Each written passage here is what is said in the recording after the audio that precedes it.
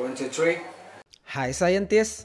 I know the video called model fit using smart PLS, but do you really need a formula for that? Let me tell you something, ada banyak teori di luar sana. Oke, tapi sebagai peneliti kita harus hati-hati memilih teori mana yang cocok untuk kita pakai. Bukan berarti teori tersebut salah, tapi masalahnya adalah ketidaktepatan kita memilih teori itu menjadikan penelitian kita yang kurang tepat. Oke, maka untuk itu teman-teman harus mengupdate teori sebanyak-banyaknya untuk menjadikan penelitian teman-teman lebih kredibel. Oke, berkaitan dengan hal tersebut, sebelum saya kasih tahu kalian tentang cara menguji ketepatan model di Smart PLS, saya akan coba memberikan contoh dengan membandingkan beberapa teori yang sering dipakai namun penggunaannya kurang tepat. Oke, nah contohnya seperti apa penggunaan teori yang kurang tepat? Salah satu yang pertama, kita melihat nilai predictive relevance dengan nilai Q-square.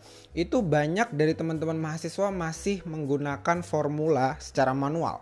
Contohnya adalah Q-square. Oke, banyak dari teman-teman mahasiswa yang masih memakai rumus manual atau manual calculation yang kurang tepat digunakan. Contohnya seperti ini. Ini adalah rumus manualnya. Oke. Pertama-tama, saya akan jelaskan apa itu Q-square sebelum kita membahas ketidaktepatan rumus ini yang teman-teman pakai, oke? Nah, di mana para peneliti menggunakan nilai Q-square yang awalnya dipropos oleh Stone dan Geiser di tahun 1974 sebagai kriteria relevansi prediktif. Apa sih relevansi prediktif? Relevansi prediktif itu adalah di mana kondisi kita menguji model jalur seperti konstruksi laten, endogen dengan indikator reflektifnya itu sudah sesuai atau belum. Oke, sebenarnya di Smart PLS nilai Q-square itu bisa kalian dapatkan dari sebuah prosedur namanya blindfolding. Alih-alih menghitungnya secara manual. Oke, kita bicara blindfolding. Oke, apa sih blindfolding? Blindfolding itu adalah sebuah prosedur statistik yang diperoleh dengan teknik penggunaan ulang sampel atau meresampling, di mana terdapat jarak penghilangan atau biasa kita sebut sebagai omission distance. Oke, omission distance itu secara teori itu di antara 5 sampai 10. Standarnya sih 7. Oke, tapi maknanya apa? Jarak penghilangan tersebut adalah misalkan teman-teman memilih standarnya 7. Berarti data ke-7, data ke-14, data ke-21 dan seterusnya kelipatan 7 itu akan dihilangkan diganti dengan mean. Asumsinya apa? Asumsinya karena dengan menghilangkan rentang nilai tersebut dengan menggantikan nilai mean, kita bisa melihat predictive relevansinya itu terasesmen dengan baik atau tidak. Kita langsung aja buka Smart PLS-nya, kita coba bagaimana cara mendapatkan nilai predictive relevance atau nilai Q-square dengan prosedur blindfolding. Di sini ada 2 project bawaan dari Smart PLS, jadi teman-teman langsung buka aja di software teman-teman, di software Smart PLS teman-teman itu udah langsung tersedia. Yang pertama ada ECSI dan yang kedua ada PLS Sembook. Nah, kita coba yang PLS Sembook dan kita lihat yang extended model. Oke, kita buka, kita double klik seperti ini. Nah, teman-teman langsung aja kita calculate, terus kita klik yang blindfolding. Oke. Nah, di sini ada omission distance. Ini standarnya 7. Terus misalkan nih teman-teman tanya, banyak yang tanya di kolom komentar YouTube saya sebelumnya, "Kak, omission distance saya standarnya 7, tapi kok merah kenapa ya?" Nah, berarti kelipatan ke-7 itu tidak bisa dihilangkan karena mungkin jumlah sampel kalian yang terlalu kecil atau jumlah sampel kalian yang tidak sesuai dengan banyaknya jumlah indikator. Nah, apa yang harus kalian lakukan? Yang kalian harus lakukan, naikkan omission distance-nya sampai warna merahnya hilang. Let's say contohnya adalah kayak gini. Nah, di sini ada 4. Nah, 4 ini merah. Tapi di kasus teman-teman mungkin 7 aja itu udah merah. Nah, apa yang teman-teman harus lakukan? Naikkan sampai merahnya hilang. Tapi jangan lebih dari 10. Oke, tapi kalau misalkan udah mentok gimana Kak, masih merah 10? Turunin. Oke. Tapi nuruninnya nggak boleh kurang dari 5. Jadi teman-teman masih ada 5, 6, 7, 8, 9, 10. Cari dari rentang ini mana yang bisa dilakukan yang nggak merah. Oke. Nah, kita langsung aja kita pakai yang nomor 7 sesuai standar dan kita langsung klik start calculation. And here we go.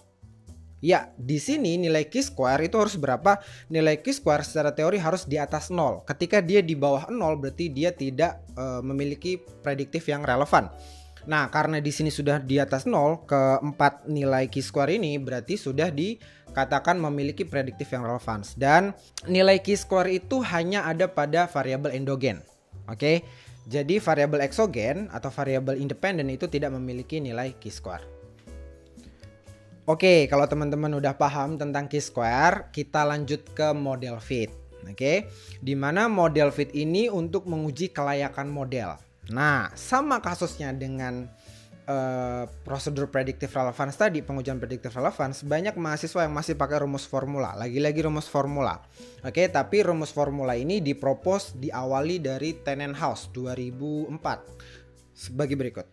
Tapi yang perlu teman-teman ketahui, dari simulasi yang dilakukan oleh Hensler dan Starship pada studinya di tahun 2013 itu membuktikan bahwa hasil yang didapatkan dari rumus yang dipropos oleh Tenenhaus itu bias dan indeks tersebut nggak cocok buat validasi model di Smart PLS.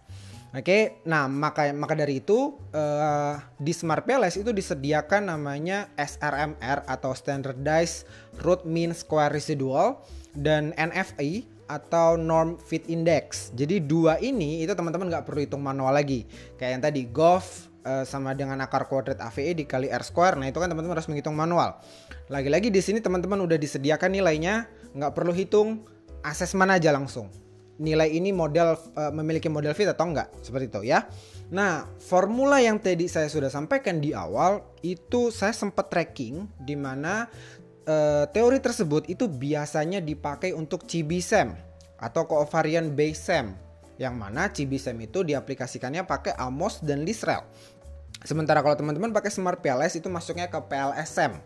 Kita bicara metode ya, ketika kita bicara PLSM, CBSEM, VBSEM itu adalah metode. Kalau Smart PLS, Amos, Lisrel itu adalah aplikasinya yang mengadopsi metode yang tadi saya sampaikan.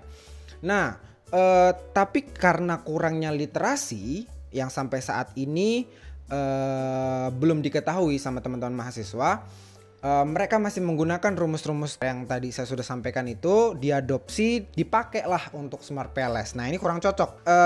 Langsung aja kita ke caranya. Dimana di sini kita masih pakai yang extended model.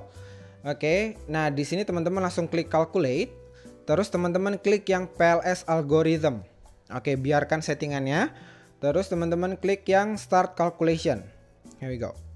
Ya, di sini teman-teman langsung klik yang model fit. Di mana di sini yang pertama kali ada SRMR, yaitu kita menemukan set rate dan estimate modelnya ini memiliki nilai yang berbeda.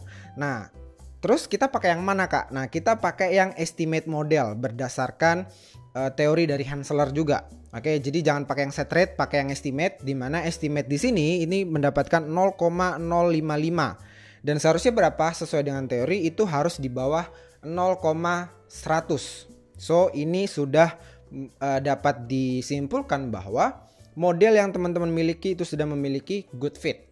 Oke, terus indeks yang kedua itu ada NFI, Norm Fit Index, di mana Norm Fit Index di sini untuk estimate modelnya ada 0,850. Oke. Nah, sesuai teori juga ketika teman-teman menemukan nilai NFI-nya itu di atas 80 sampai 100 itu udah good fit. Tapi kalau misalkan teman-teman menemukan nilainya itu 60 sampai 80, di bawah 80 ya. Jadi 60 sampai 80 itu dia marginal fit. Nah, kalau udah di bawah 60 berarti udah nggak good fit. Oke. Nah, itu untuk NFI. Terus gimana untuk D_ULS, D_G dan chi-square? Nah, teman-teman nggak perlu assessment. Kenapa? Karena SRMR dan NFI itu udah cukup untuk memvalidasi model teman-teman. Oke? So, that was from me for today, guys. I want to wrap up with another kind of advice for you. Just expose yourself to as many theories as you can. Thank you so much for watching this video. Really hope it was useful. If it was useful, please share it with your friends, your family, or anyone who want to learn research properly.